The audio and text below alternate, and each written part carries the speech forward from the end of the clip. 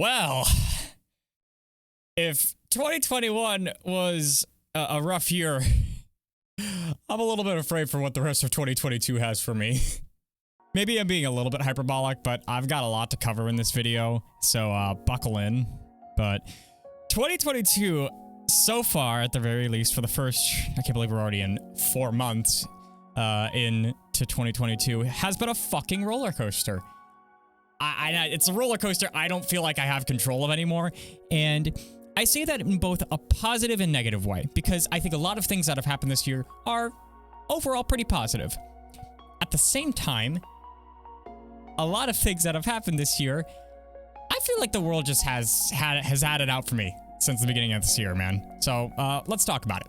So 2021 starts, and does not start positively because one of my cats, we have 5 cats, or had 5 cats. My 22-year-old cat, Luna, that obviously I've had for, well, my family has had for longer than I've been alive, finally kicked the bucket. He was not doing well health-wise, could barely get up, and just, it was kind of miserable to look at him. He had always been one of those fighter cats that, like, just would not die regardless of what you threw at him. But it seemed like he was finally ready to go. And that was just opening up the year. So obviously, it was a rough start to the year.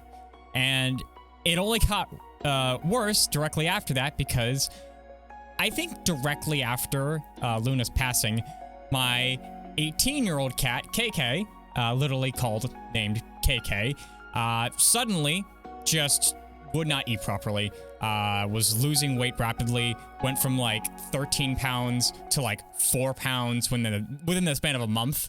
And after I get home from a vacation to a stacking tournament, KK was also ready to go. So within, I think, the first 2 months of the year, I had lost 2 out of the 5 cats that we had. And I was heartbroken. It was rough for me, just mentally, for how this year started. And we thought that losing one losing one animal was bad, and then we lost 2. And we're a huge animal family, so it was rough for us to start this year. So I apologize if I've seemed dodgy at times because of it. The first couple months of the year as well, I was not dedicating any time to YouTube content or this channel at all. Basically because I was focusing and putting 100% of my time on my cup stacking tournament, PCS Doubletown. We did that on the side, and things went relatively good.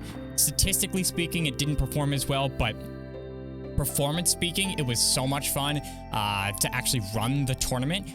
I had fun with everybody on the team, and yeah, I had a blast running that tournament. But coming back to this YouTube channel, I just didn't know what I was going to do or what I wanted to do, so I just threw myself back in. I was just gonna be like, I'm gonna get back in here, let's start streaming, start having some fun, let's just go. Like, I'm tired of waiting, let's just go. So I throw myself back in. And man, oh man, it sucked. It sucked major time. Streams were just not as enjoyable as they used to be. I wasn't having fun. People virtually weren't watching at all anymore on YouTube. And even though I was multi-streaming to multiple streams, for the first time I had ever tried multi-streaming, for the first time since I'd tried multi-streaming, YouTube was actually my worst performing platform in terms of live streaming viewership, which was shocking to me because YouTube was almost always my best performing platform. It was always YouTube was the best and Twitch was the worst. And this time the script actually kind of flipped because Twitch was starting to perform better and YouTube wasn't. Understand, I've been an advocate for YouTube live streaming for years. Ever since 2017, I have in some way, shape, or form been a live streamer on YouTube. I love YouTube as a platform, and I truly think that YouTube is setting up the future of live streaming, but I just wasn't having fun, and the streams weren't good. The streams weren't performing. Regardless, I tried everything, too, within the last couple of weeks and months. I tried fucking everything I could to make the streams more entertaining, to direct the streams better, like setting up better thumbnails, setting up better tags. Nothing worked. And I was infuriated because I was trying everything and nothing worked. And I started to get miserable. This is probably where I've been the most confused as to what to do platform-wise. Because my answer has almost always been, well, I'm just going to stream on YouTube. YouTube's always been performing the best. Let's just commit to YouTube. But this time around, I just feel like people don't want to watch on YouTube anymore. And at the same time, I've been putting in so much more effort for the YouTube broadcasts and have reaped virtually none of the results that I've reaped from previous broadcasts. So I had to make a choice here. I had to make a choice as to what I was going to do for my future live streams. And there were a couple of different avenues I was thinking of. One of them was going back to making event-based content. And what I mean by this is content that focuses either specifically or exclusively on events that happen on YouTube. I've had so much success with this in the past, by the way. Criminal Case is a great example. Obviously, every single time a new case would come out, I would be there first thing in the morning, and the streams were growing rapidly because of it. However, can't really fall back on Criminal Case because, you know, game dead. So my next thought was choices. Choices I had a lot of fun with it in previous broadcasts, but Choices had the same problem to me as a lot of the Jackbox streams that I used to do were. For the first part of the streams, or for the first couple of streams, I would have so much fun because I was coming back into it. I was having fun. I was building a community. It was, you know, continuing to build that community in that way. But after a while, I felt like the content was getting really dried up and it got super repetitive and it wasn't fun anymore. And it got old like very quickly.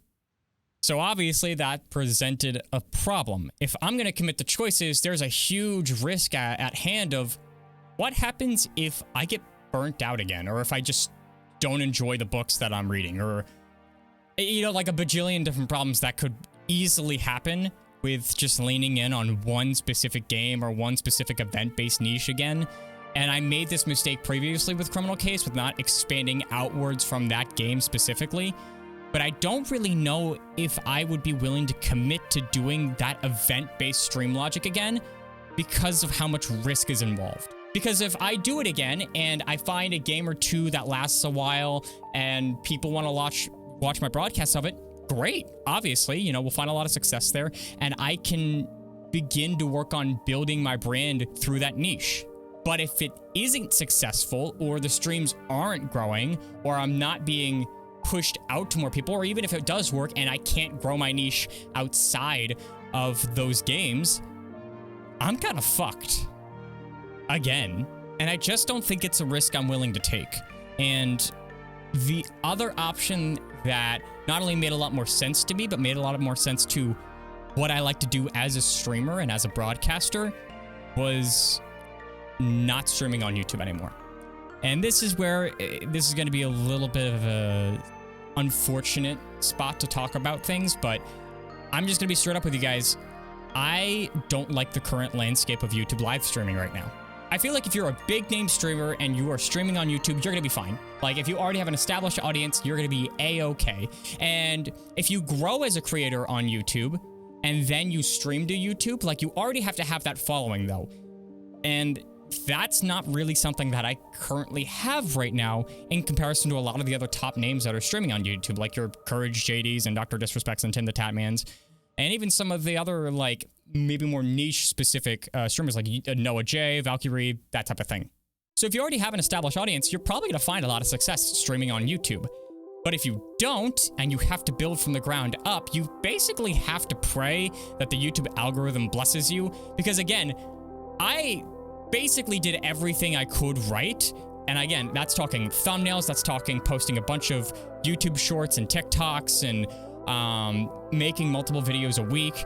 I had 2 videos come out within the span of like 3 days on top of like shorts and broadcasts and stuff. And I just wasn't finding success, not only in that content, but on the broadcasts themselves. I just wasn't finding any level of growth, even though if we're talking like SEO wise, I was doing everything right.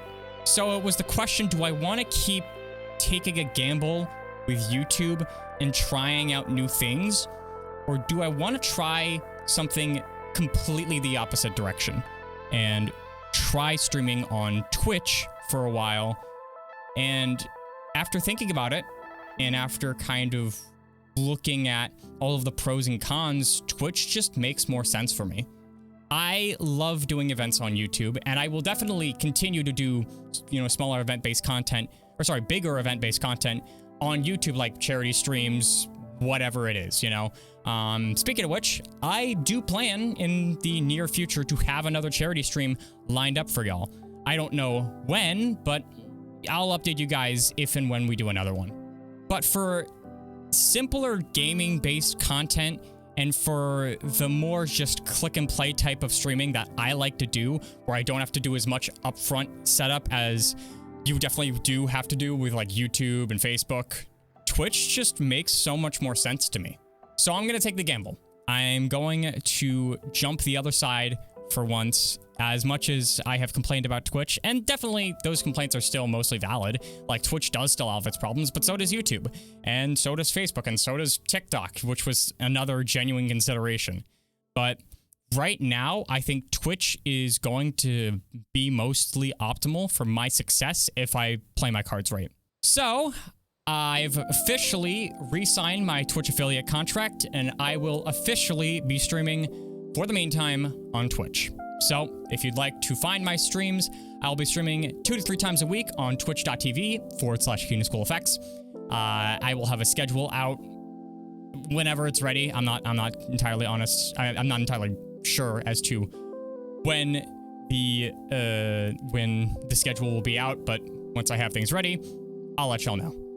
I'm going to try some different, niche-based genres and games and stuff. We might even still do things like choices, like where we just have the chat make all the decisions, things like that. But I'm not sure. For right now, this is definitely going to be a learning process, and I really want to grow my broadcast. I really want to expand out of this small little bubble that I feel like I've been trapped in recently. And it's not going to be easy. It's going to take a lot of time, a lot of effort. It's going to be a lot of just mental warfare, I'm sure at times, but I think I'm ready to finally take the dive and stream on Twitch. So again, if you'd like to find me live streaming wise, twitch.tv/KianSchoolFX, and I hope to see you guys there. So yeah, 2022 has been a tricky year so far, but I think I've learned more than I've lost.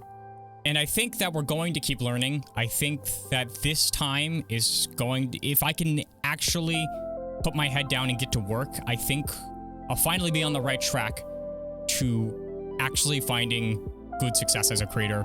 And for anybody watching, I hope y'all keep watching on the way. So thank you guys so much for all the supporters recently, for all the supporters throughout the years. I appreciate you guys. And with all that said and done, hope everybody has a good morning, evening, good afternoon, and good day, and good night. I'll see you guys in the next one.